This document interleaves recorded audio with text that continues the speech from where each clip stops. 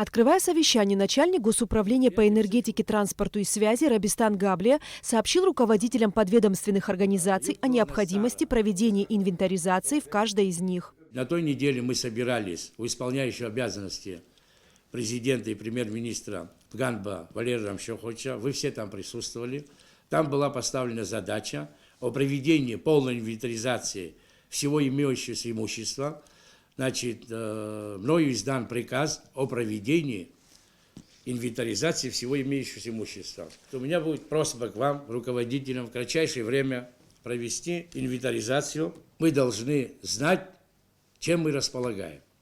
Я бы хотел, чтобы каждый из вас высказал, какие проблемы стоят, как их решать, каким путем идти к решению этих поставленных задач. Глава РУП «Черноморэнерго» Аслан Басария прокомментировал ситуацию, сложившуюся в системе энергоснабжения республики за последнее время. В данный момент в рамках взаимодействия межправительственного этот переток был получен, и получен как раз приблизительно на 200 миллионов киловатт-часов.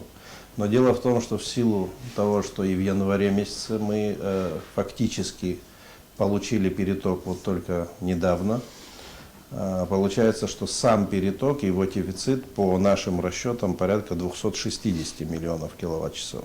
То есть вполне допускаем прогнозно, что дефицит у нас, даже несмотря на получение этого перетока, будет порядка 50-60 миллионов киловатт-часов. То есть вам также известно, что там ряд факторов есть природного характера. Естественно, у нас идет и прямое взаимодействие с правительством, с премьер-министром, с вице-премьером Республики Абхазия по этим вопросам. И, наверное, в ближайшее время, для того, чтобы не попасть опять в такую ситуацию, мы будем принимать решение, чтобы Абхазия обратилась к Российской Федерации по увеличению этого перетока для того, чтобы пройти пиковые нагрузки без последствий для абонентов Республики Абхазия. Работа во всех ведомствах продолжается в штатном режиме, в том числе и в железнодорожной сфере. Однако здесь остаются некоторые нерешенные вопросы, связанные с нехваткой средств.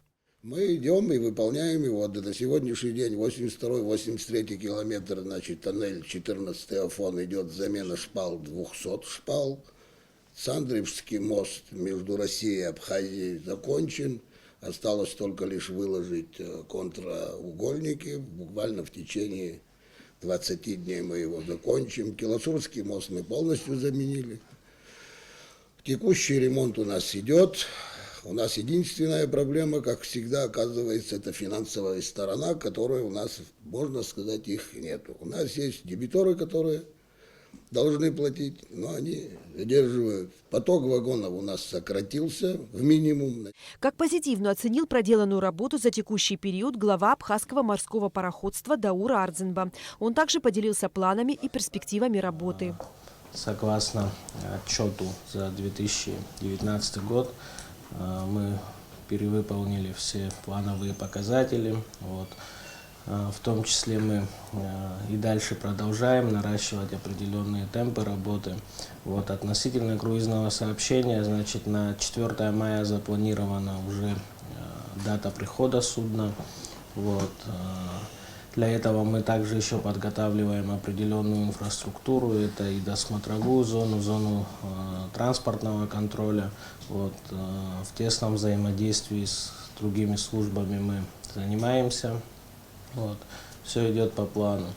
На совещании также выступили руководители Абхазтопа, международного аэропорта Сухум имени Ардзинба, Абхазавтодора и Абхазсвязи, каждый из которых выразил готовность к сотрудничеству и взаимопомощи. Эсма Голанзе, Алексей Баструков, Абхазское телевидение.